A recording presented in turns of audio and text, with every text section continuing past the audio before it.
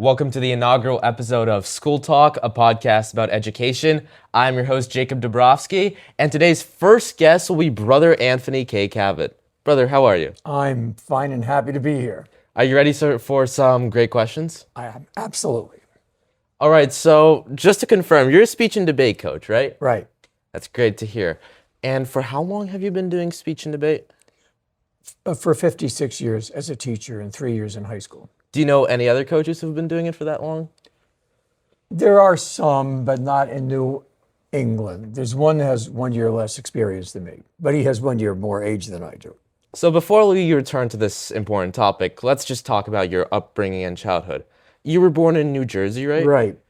Could you tell us what it was like being an Italian kid, I suppose, in New Jersey? It was easy because everybody else in my town was Italian. So that we just thought everything was like where I grew up. And then I went to high school and I found out there were other people who weren't Italian. And but that's where I met the Christian Brothers, whom I eventually joined. What do you think were like some of the highlights of your childhood which led you to where you are now? There were no highlights. There was the joy of regularity. Days tended to be pretty much the same. We would go out, we would play and play and play until our mothers told us to come back inside. And we had summers that were magical, just like summers are magical now. I loved school. I loved being in public school. I loved the nuns I had in Catholic school. Highlights, it's kind of hard to say because it was just, in general, a lot of continual fun with some success. And you were an altar boy, yes? We were all altar boys back in the day, learning Latin when we were 9 years old. How do you think that experience shaped your life today? Well, on a purely linguistic thing, I guess I get all the benefits that one gets from bilingualism from the age of 9, although we weren't bilingual, but we were exposed to a different language. And then that probably got me interested in language anyway, although we all did study Italian back in the school. And it certainly helped me get more involved in the liturgy because I understood what was going on. I didn't have to follow along in a missal. Do you think that motivated you to get your master's in linguistics? Something did. I mean, why did I become a language person? I really don't know. It could be living in New Jersey where I was used to hearing anybody who had gray hair was not speaking English or was speaking it with an accent. And that may have had some sort of influence on the whole thing.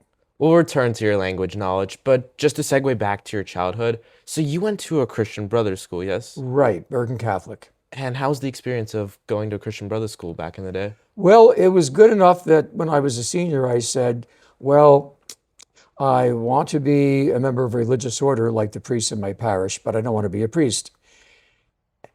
So I said, what am I going to do? I said, well, I'll join a religious order that specializes in teaching. Do I know any? Yeah, they're teaching me right now.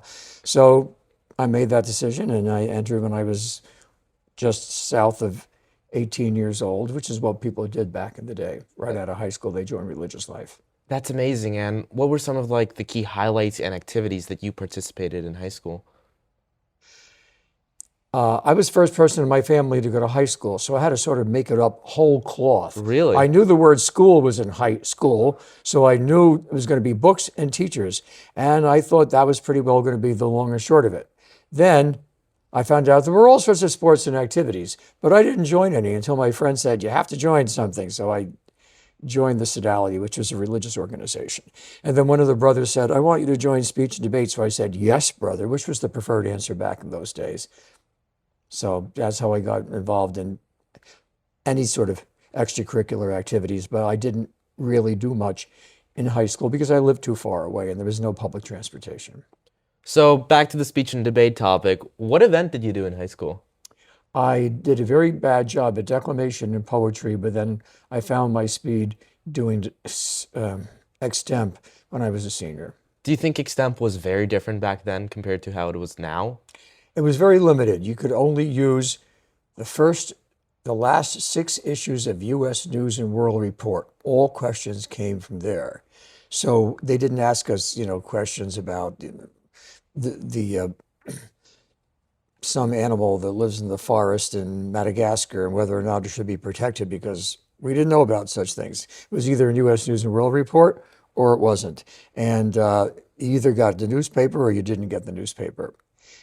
It probably was a lot harder now than it was then. I mean, I don't think I was anywhere near as good as you are now. Thank It's, you. 60 years, but I'm pretty sure of it. So, do you think the changes that we saw in Extemp over the last 60 years are positive for the way that the event is structured and run? Or would you like a return to how it was even maybe 10 years ago or 20 years ago? It was always the same rules. You practice for 30 minutes and you perform for 7 minutes, and it was not a current events topic. So that hasn't really changed at all. I didn't compete at a high level because we didn't belong to what was called the NFL that day, and we didn't go to any big prestigious away tournaments. So I don't know what the elite kids were doing. Maybe they were telling the necessary jokes and witticisms that seem to be a sine qua non before any extemp speech the kids make today. I don't know, but extemp has remained, I would say, amazingly similar to what it was 60 years ago, as opposed to different uh, interpretation categories. What would you describe the changes in interp that you've seen over the past 60 years, which are far grander than an Extemp? Well, first of all, some of the topics that we use in interpretation today, given the fact that an awful lot of the judges back in the day were nuns, their wimples would have flown off if they had to hear some of the stuff that I listen to today.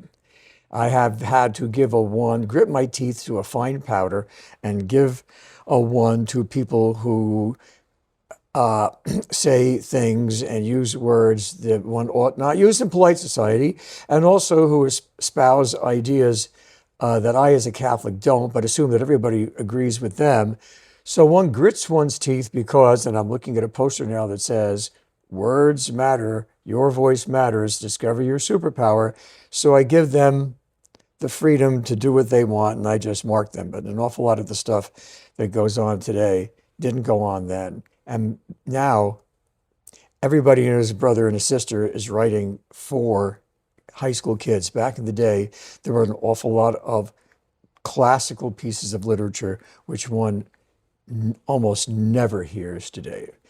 Frankly, because in a lot of the classic pieces of literature, there weren't enough people dying of various unpleasantnesses. Today, in a lot of the categories, if somebody doesn't die by the sixth or seventh minute, it's like, am I really going to get the one or two in this round? It's become very sensationalized, at least the topics, very sensationalized. We didn't do that. We could engage in subtlety back in the day. Today, it's a harder thing to get a one or a two if you're subtle, no matter how good you are. Do you think speech and debate should return to its roots? And if so, do you think that's a feasible change? Well, the point is almost moot, as you say, feasibility. There are signs of a bit of a backlash. There was a wonderful original oratory 2 years ago which said, "Does everybody really have to die in original oratory?" And then somebody this year had a speech that was similar. I don't know if it was original oratory, in which they gently mocked what has been happening, and which everybody knows is happening with regard to topics, and which will continue to happen until the word spreads around the community, because people talk in the speech community that, a lot of judges are pushing back on this and saying that so and so had a wonderful, gentle, subtle piece, and it would also help if people who have pieces like that could end up on stage, because then they'll be on video and everybody can see them, that you can do something which has a lot of subtlety and is even gentle, even inspirational, even in drama and humor and duo, and that the judges reward it. That's Until, a that's a very interesting take on the current affairs in speech and debate. Would you have seen yourself 60 years ago becoming a speech and debate coach in the Hall of Fame? no, when I was first assigned to Essex Catholic in 1970, I put down that I wanted to be involved in music, so I was made the band and color guard coordinator. But then in October of that year, the principal, Brother McElmurray, who was also principal of this school in Boston, said to me, Brother Crowley would like to get his master's degree and he needs some time off, so please take the debate team. So I said, yes, brother, which was the preferred answer at the time. Brother Crowley also taught here and died from here. He taught right across the way there. So that's how I got involved because I was told to get involved.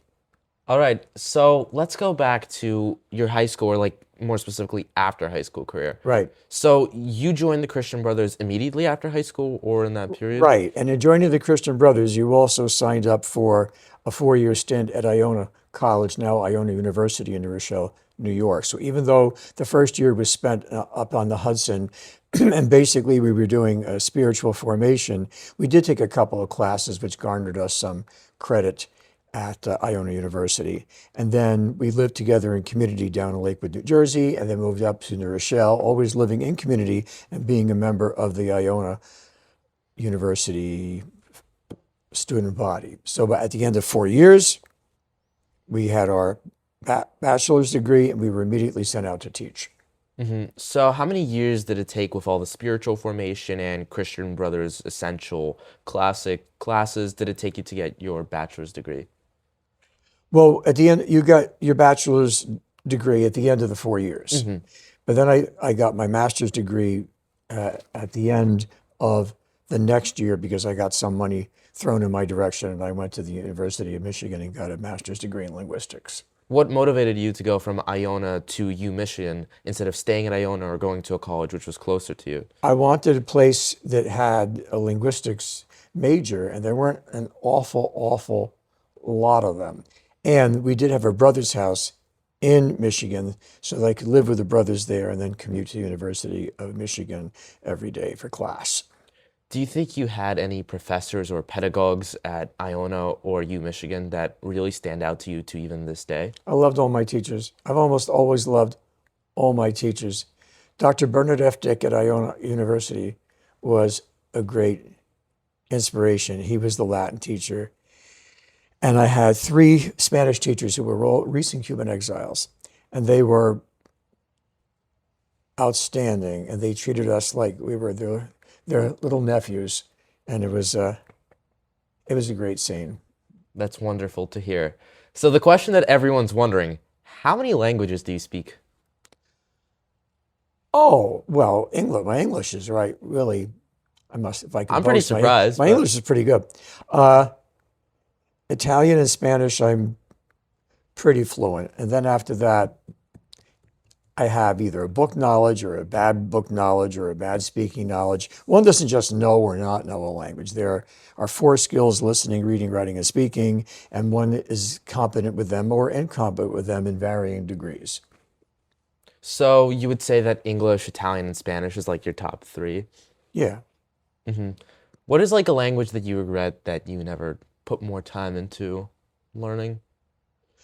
I try to live life without regrets. I Of have my course. Duolingo every day. I do my Portuguese and I do my German because if you're a Spanish major, which I was, Portuguese is low-hanging fruit. And if you're an English speaker, German and Dutch is low-hanging fruit. So you get, it's almost like a twofer. So, but I don't have any terrible regrets, linguistic regrets that I didn't go farther afield. I just do European languages. I just regret, if I regret anything, that I'm not quite as fluent as I would like to be with some of those languages. That's wonderful to hear. And what advice would you give to someone who's trying to learn a language but is struggling right now with proficiency or speaking at a native level with other native speakers? Well, I'll give you my usual spiel, especially if you're associated with and know the Christian scriptures pretty well. Go to Mark's gospel. Mark is the simplest gospel. He wrote in a hurry.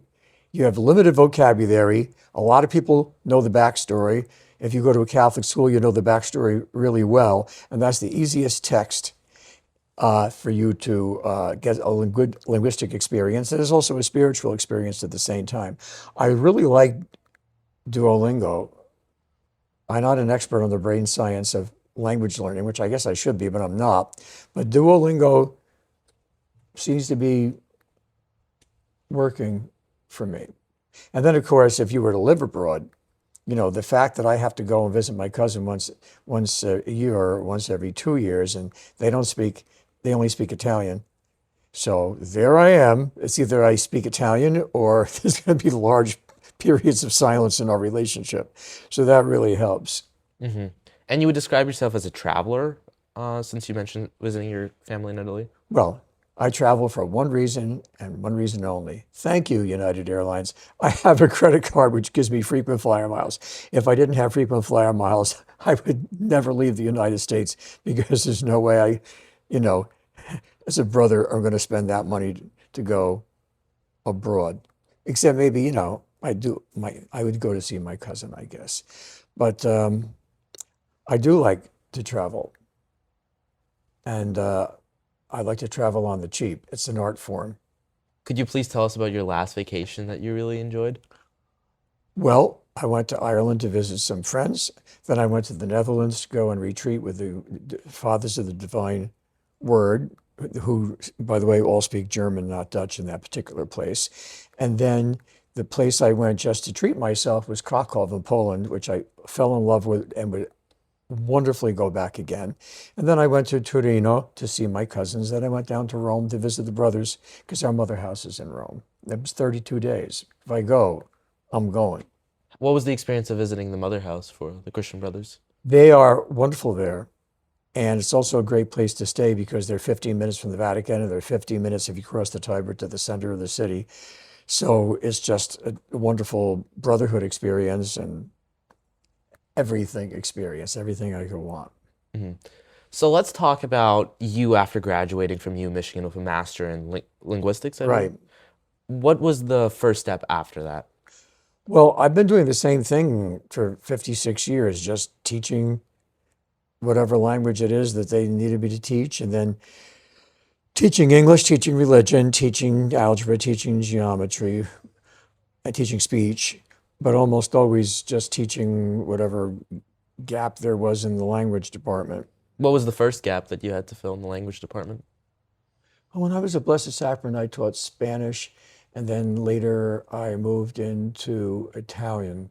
We introduced Italian at Blessed Sacrament, and I bugged and bugged and bugged the superior, who was the principal, to cut the Italian class in half because there was 42 kids, and give me half the class. And finally, he gave in. What I did not tell him at the time was that despite my grammar school experience, I hardly knew any Italian.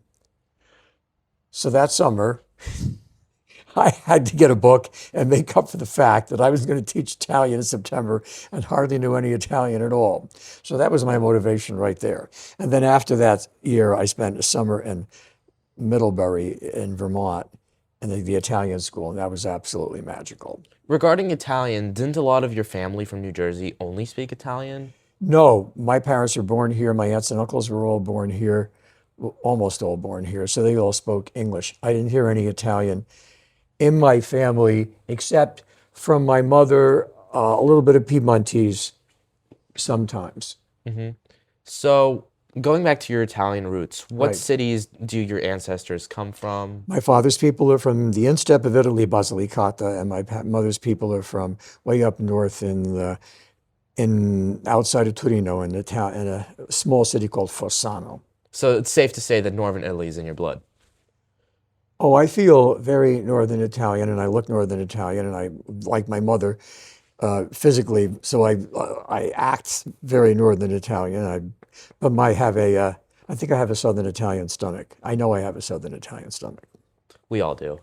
Regarding after your training session in Italy, Italian over the summer, what was teaching Italian after learning the Italian over the summer like at the first school you taught? Well, it was a hoot. I was at Iona Prep for the first time, and I taught mostly Italian, and I had a lot of fun classes, and I still keep in contact with some of those kids today. So how many high schools did you teach at overall? 6 different ones, or 9 if you want to count the fact that I was at Iona 3 different times, and I was here at Catholic Memorial 2 different times. hmm And eventually you did become a principal of a school in Florida. I did. How did you get into Florida and education there at first? It was very easy. They said, "You are now going to be a principal in Florida." And I said, "Yes." I was their fourth choice. 3 people had said no, I found out a few years later. So they got desperate. When they got desperate, they came to me because they figured I'd say yes.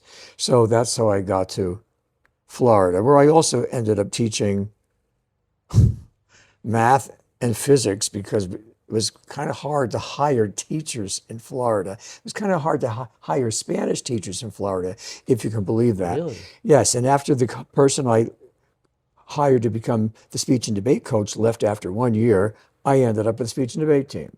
Well, they always say fourth time's a charm. Hmm. What were some impactful moments of being a principal in Florida?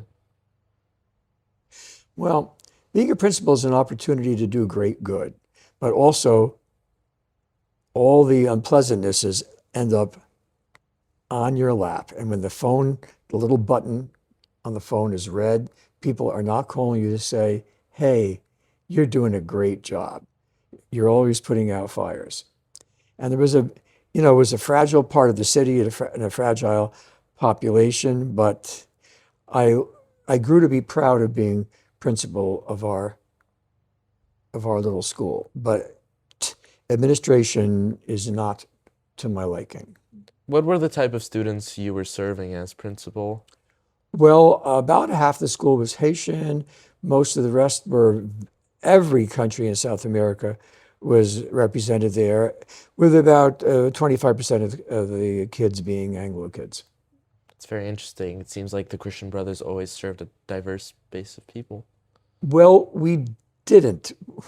We were the apostles to the Irish from 1906 when we opened up in Harlem, when Harlem was Irish, until for several decades. But then Florida was our most diverse school, and I liked the diversity. I liked the diversity of the little Haiti neighborhood that I lived in. I loved the food and the music and the riotous colors of the Mediterranean, not the Mediterranean, the Caribbean, and I was very fond of that. Not fond of the heat, not fond of the heat. But hey, you can survive anything for 6 years. We'll have to disagree on the heat. I know you like that.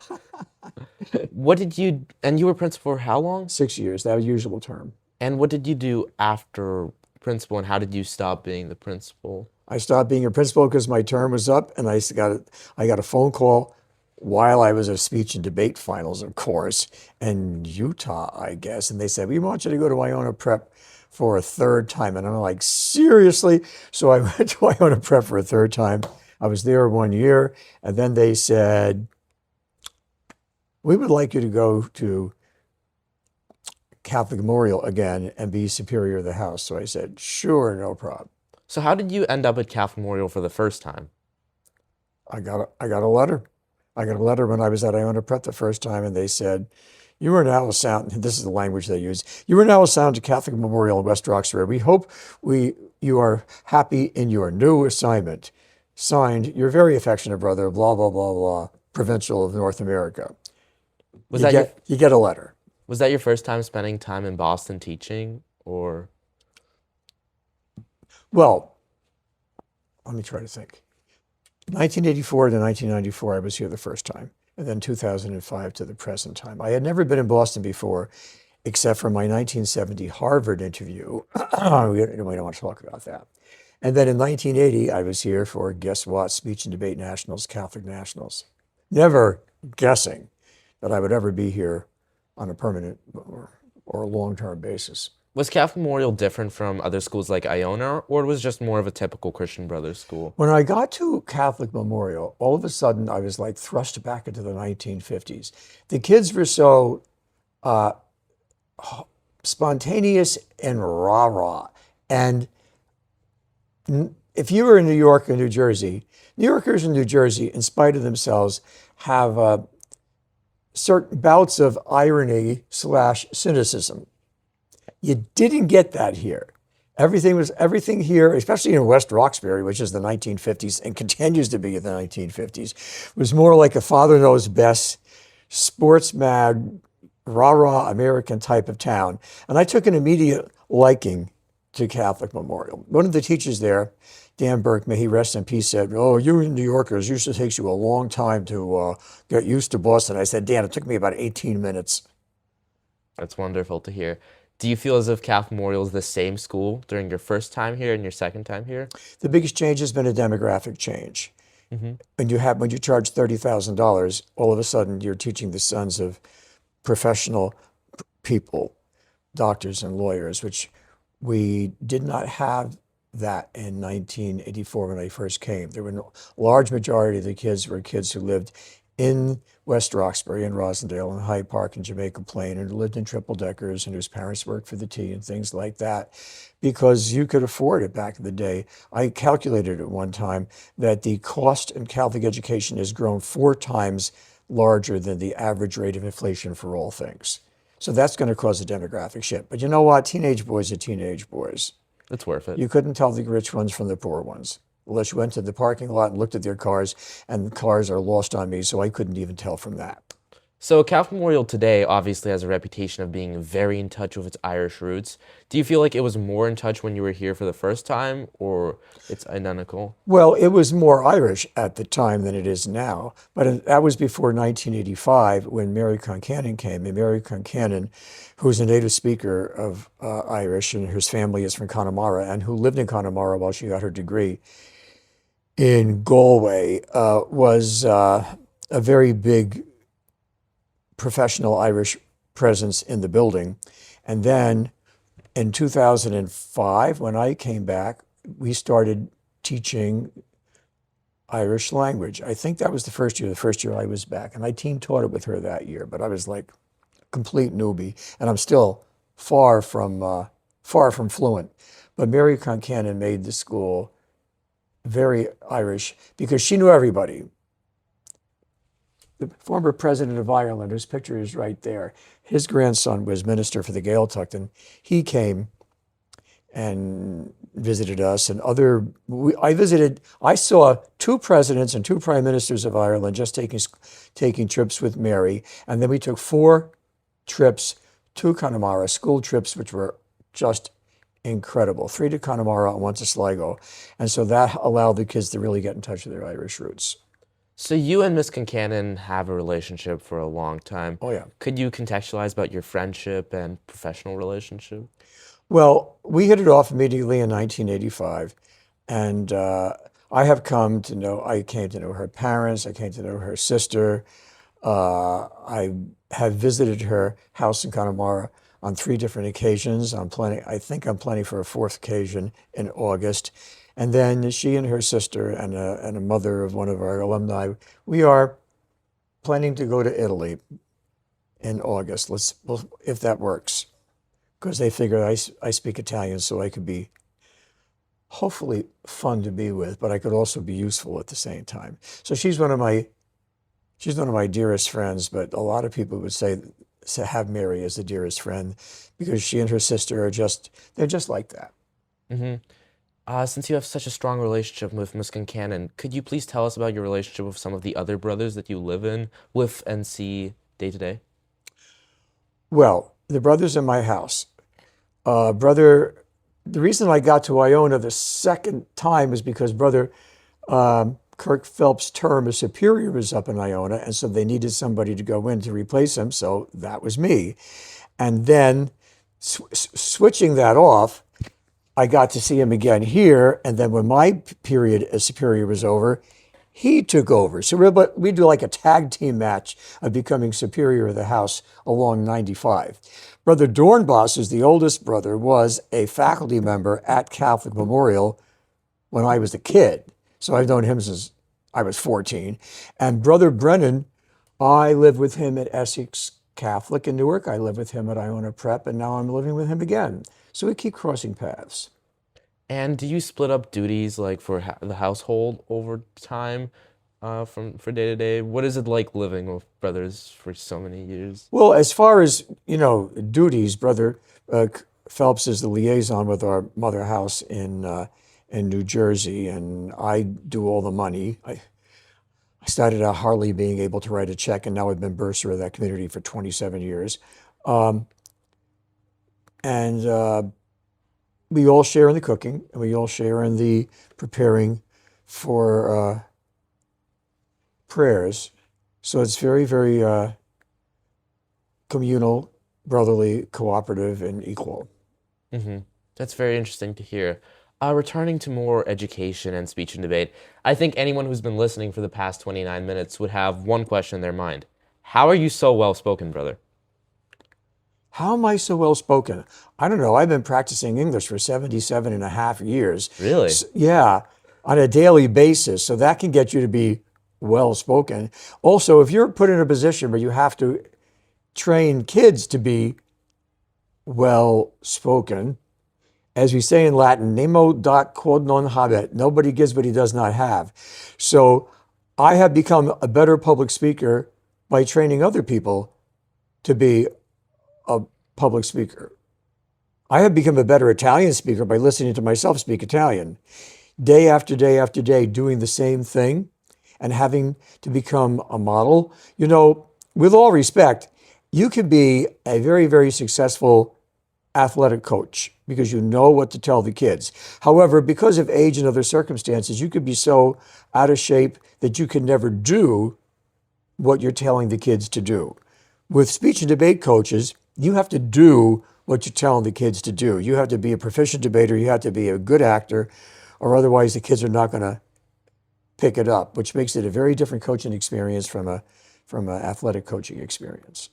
What were some of the most memorable students you think that you've coached in your career? Well, you know, winning isn't everything, but winning is a lot of fun. So having coached an NSDA national champ in humor, that was very gratifying.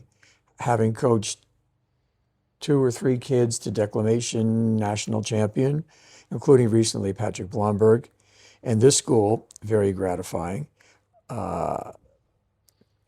Winning is fun, especially if you do it the right way and you have kids who have their heads screwed on straight so they know that you really, really need to work very, very hard. But if it doesn't work out, that's okay. And like yourself, it usually works out for you. And the odd occasion it doesn't work out, you have a sense of the larger purpose of this activity, so you manage to deal with that in equanimity. And just the everyday doing the same thing over and over again, it never gets tiring. At the end of the day, I'm conventionally tired, and then 9 o'clock I go to sleep. But if I'm coaching until 5 o'clock, I never say like, oh God, I can't stand to hear one more kid. I'm so tired. I never feel that way. Someday when I get older, maybe I will, but I don't feel that way now. As the CAF Memorial Speech and Debate team knows, you had a student named Mr. Murphy, who Mr. Murphy. is your lifelong friend. Could you tell us about how you met him and how he impacts you and the team today?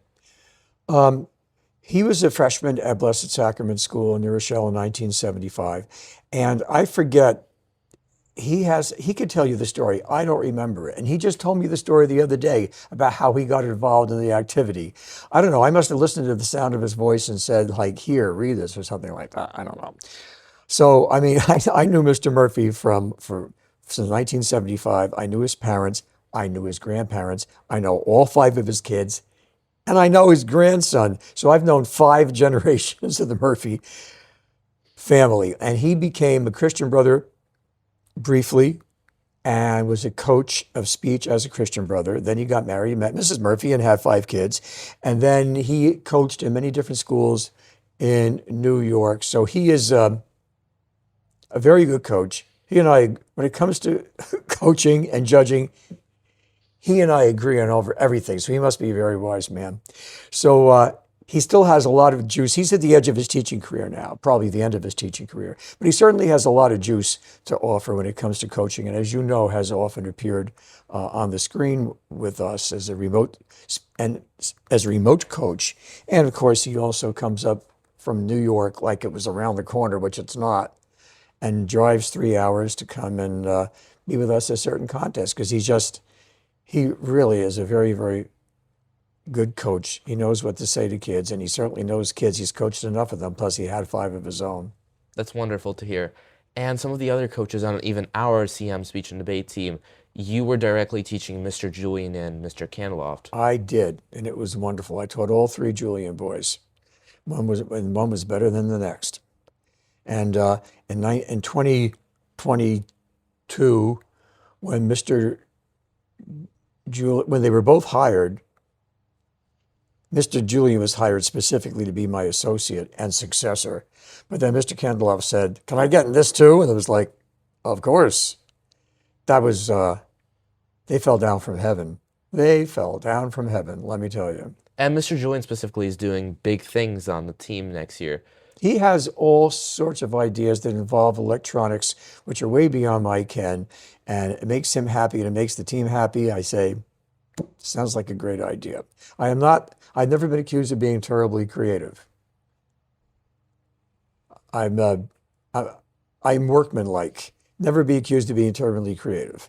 But, but, coloring in between the lines, we've managed to do some good things with this team. And we also have a non-CM graduate coach on the team, Mr. Pietro. A wonderful man, smart as a whip, wonderful Catholic man, much appreciated by the kids, terrific sense of humor, and it's just nice to have him around. That's very interesting to hear. What advice would you give to someone who's trying to get into coaching speech and debate rather than just competing right now? Well, I would say you're not going to make a lot of money, but that's not necessarily true. Certainly, if you're in a private school which has a lot of money, they can offer you a pretty good salary. I think our coaches here do reasonably well, but you have to take care of your own health. You don't have to go to every contest. You don't have to join every league if you don't want to, because with all let me talk about tennis, since I occasionally hang around the tennis team. If the assistant tennis coach all of a sudden left the school for some reason, he would be replaced because that's athletics and that's what happens. If the forensics coach goes south for some reason, he may not be replaced at all. So you have to make sure that you take care of yourself so you don't wear yourself out. So you have to decide how many contests you're going to go to, and then the kids will conform to that, because if you don't feel like going to a contest every weekend or joining this league or that league or going to these away contests, then that will be the way you run your program, and that will become the reality for that particular program. So I would say maintenance of coaches, because it's hard to get coaches. So when you're there, do what you want to do and do it with passion. But especially if you have a wife and small children, you have other responsibilities. I'd like to point, the coach of Xaverian is wonderful. He's a wonderful man, period, anyway, with a lot of Catholic memorial connections. But he doesn't go to Catholic nationals. He doesn't go to NSDA nationals. And they have a very healthy, vibrant team doing things their own way. That's wonderful to hear. And regarding competitors, what advice would you give to like a freshman or a novice who's just starting out? The first thing you have to do is you have to break through the embarrassment barrier. Because at first, with rare exceptions, people are like, you want me to get loud? You want me to move my face? You want me to use facial expressions? You want me to go to the top of my voice from the lower part of my voice? You want me to make this voice or that kind of voice? And the answer is like, yeah. But the kid learns how to break through the embarrassment barrier by listening to other kids around him. Because I'm 77 years old. Nothing embarrasses me. So if I use my facial expression in a weird way or I use my voice in a weird way, that's expected because nothing embarrasses me. However, high school students are easily embarrassable, if that's a word. But when they see other cool alpha influencers like yourself, Jacob, who are able to do all these things and still maintain their position in the community as a cool teenager, then it makes it easy for them to do it too. As a matter of fact, the entire culture of this team is passed on not by the teachers, not by the coaches, it's carried on by the students, as you well know. And speaking of the students, we basically just had our head captain, or as you like to say, prima pars. Primus inter pares, yes, the first among equals. I'm not a Latin student, but Parker Kempf is graduating now. Right. And could you talk about how he impacted the students and even the coaches on the team? If somebody is the GOAT, I go right up to them and tell them, you're the GOAT. And a month ago, I said, when it comes to coaches, student leaders, you're the GOAT. Because there were we had 9 different captains this year who had different portfolios. He just took it upon himself to be the first among equals. if all the captains are there having prayer and whatever it is, I don't even want to know what you do at those opening meetings on a Saturday morning. He's just the one who organizes everything. He's the one who will make, help me with the language here, a list of all the kids on the team. What do you call that when you're able to easily communicate with everybody on the team?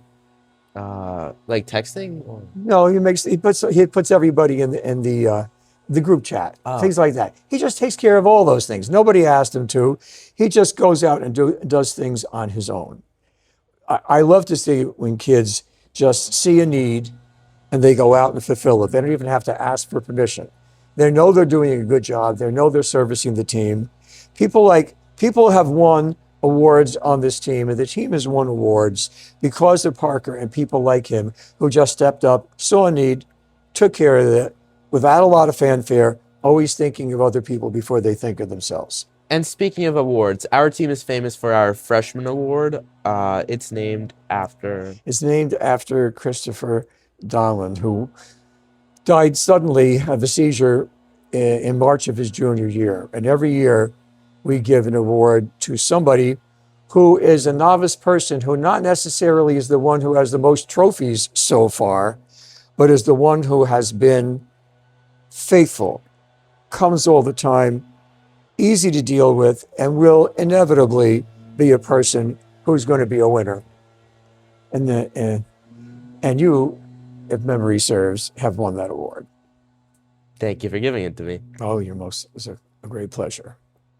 Just to ask some closing questions. Right. Regarding speech and debate, what do you see for the future of the NSDAs, the NCFLs, or even our Massachusetts League? Well, every time I make a prediction, it's wrong. I'm notoriously bad at predicting anything. So, having said that, let me predict some things. I don't see things changing too much. Every time we say, oh, where are we going to get the next generation of coaches? Because the present coaches, who are now in their 50s, I knew them when they were teenagers 40 years ago. Somebody always seems to step up. So I think that we're going to be able to maintain most of our present programs. Although there has been a fall off, I will admit, in the last 50 years about the number of schools who are competing. So hopefully we're going to be able to maintain the number of coaches, which means the number of programs. I don't think we're going to be adding that many categories. I could be terribly wrong about this because we've added a spate of categories in the last 10 years. And we already have 17 categories and our award ceremonies are long enough. Wow. I think that we are at a crossroads with regard to meaning what we say when we say that everybody has a right to be heard. And there are, even in the forensic world, language police out there who have decided that some things in their particular worldview are so heinous that they cannot even be thought and they cannot certainly be spoken. Mm-hmm. And of course, we live in eastern Massachusetts, which has its own sort of political bubble. I'm sure that there is a political bubble, perhaps of a different stripe in Idaho or in western Oklahoma or things like that. I think we're fighting a battle to see if we really mean what we say when we talk about everybody has a right to be heard, because it's human nature. I want to be heard. I want to hear my voice spoken, but that doesn't necessarily occur to me all the time that I have to provide that same grace to other people too. When we can truly do that, then we'll be an either healthier society as a speech community than we already are. And Massachusetts, thank goodness, is a particularly healthy speech community, as I think you know. Definitely. Is there someone in Massachusetts who you think influences you to this day who's active in the league right now? Well, I'm inspired by Timothy Averill, who is a year older than me, whose team won NSDA Nationals debate in 1987, and who is still chugging along at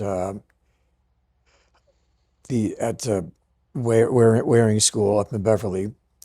And I'm also inspired by people, good friends of mine who have gone to heaven, including Margaret Riley, who coached until her 90s, lived to be 104.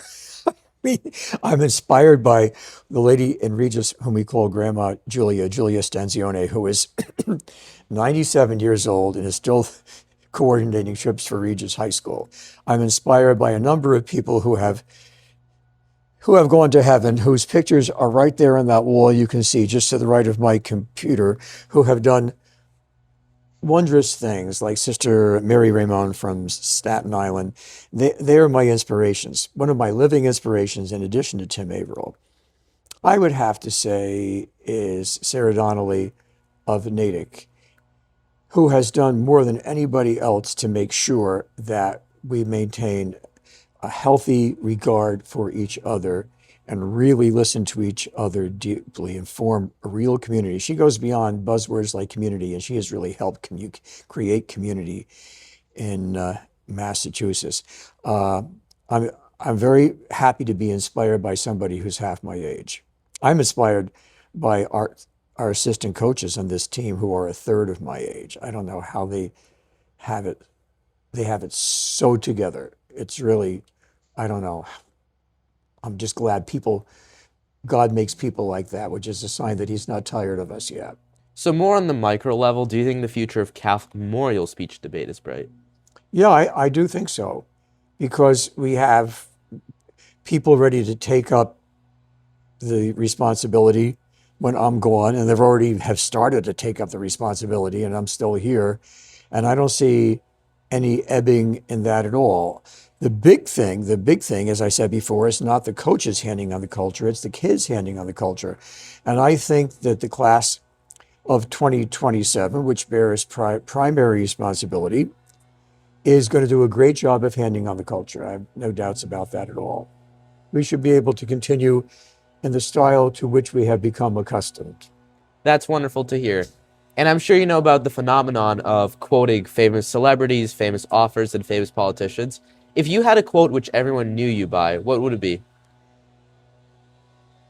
The words are your coach. How can I do this selection? Trust yourself. Read the words. What is the judge telling you? Is the situation sad, mad, bad, or glad? Trust yourself. I don't care if you're 14 or 15. You're smart. You want to do this. You can read. Coach yourself. My coach, Brother Malachi Kelly, may he rest in peace, died in the middle of our junior year at the age of 48.